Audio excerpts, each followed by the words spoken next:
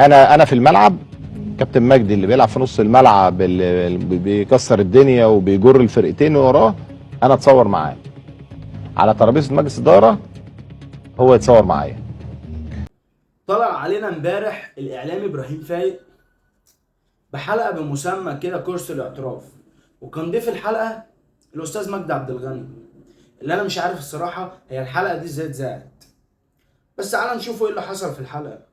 واول سؤال اتساله هو قال له ايه رايك في اتهامك بتهريب السجاير مع لاعبي منتخب مصر للشباب في خلال وجودك كرئيس بعثه المنتخب. فاحنا هنقوله السؤال وهنشوف الرد من كابتن مجدي عبد الغني ذات نفسه. الصراحه الحلقه دي حصل فيها حاجات يعني الواحد يتكسف يقولها، بس هنعمل ايه؟ تعالوا نشوف قال ايه. هربت سيجار مع لاعبي منتخب الشباب خلال وجودي كرئيس لبعثة المنتخب في يا كولومبيا. راجل هي علبة اسمها هربت سيجار، علبة سيجار اسمها هربت سيجار. لا كل كانت ده علبة ولا باكيتتين؟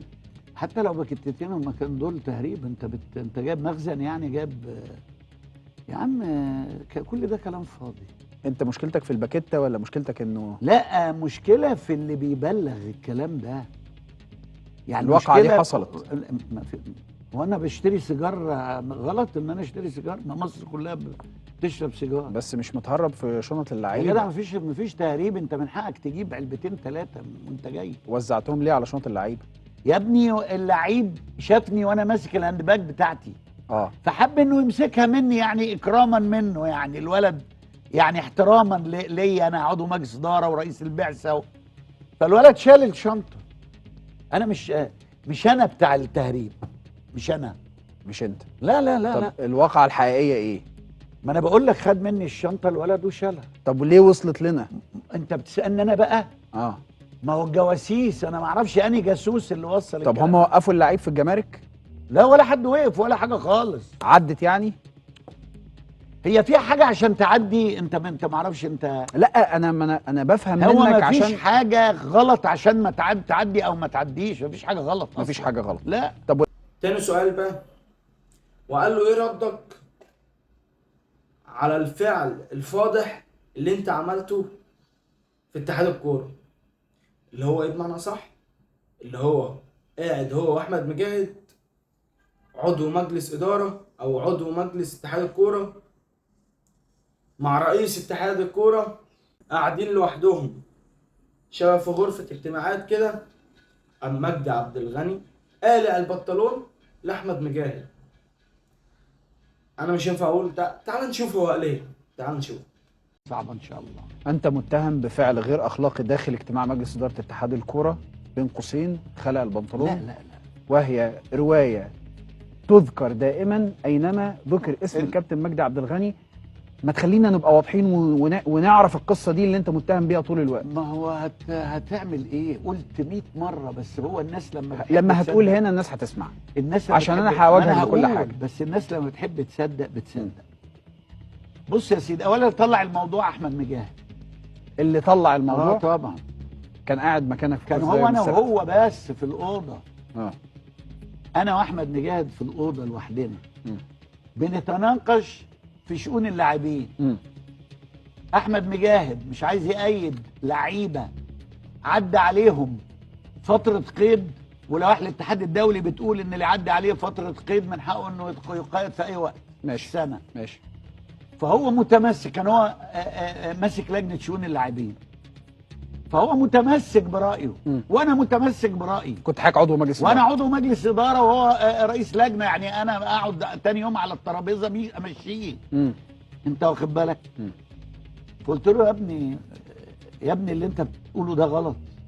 وبعد كده لما لقيته مصمم قلت له طب ما تيجي بقى يعني فلتر بس فلتر. خلاص بقى.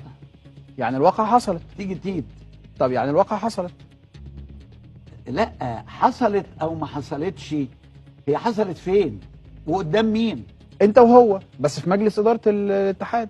ايه مجلس اداره الاتحاد؟ يعني كنتوا موجودين في جوه الاتحاد في مكتب الاتحاد. مكتب. يعني الواقعة حصلت او ما حصلتش تفرق مع الناس. لا احنا اتنين جوه.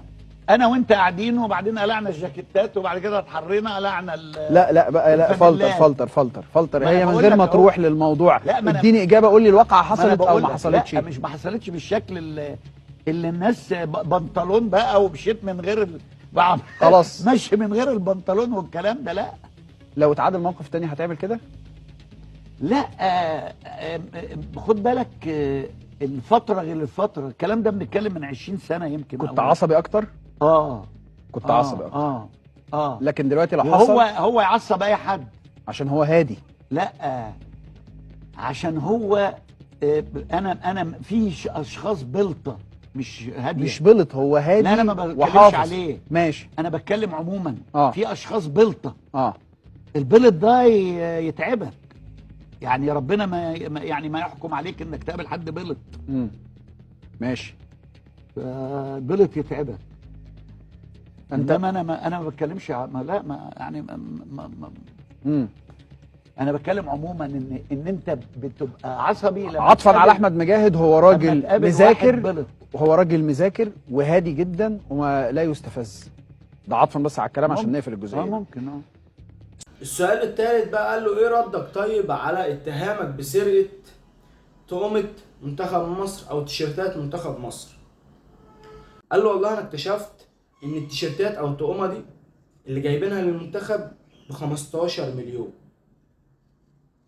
وقال له وانا ماشي بالصدفة لقيت واحد من الجماهير لابس الطقم، فجبته وسألته انت جبت الطقم ده منين؟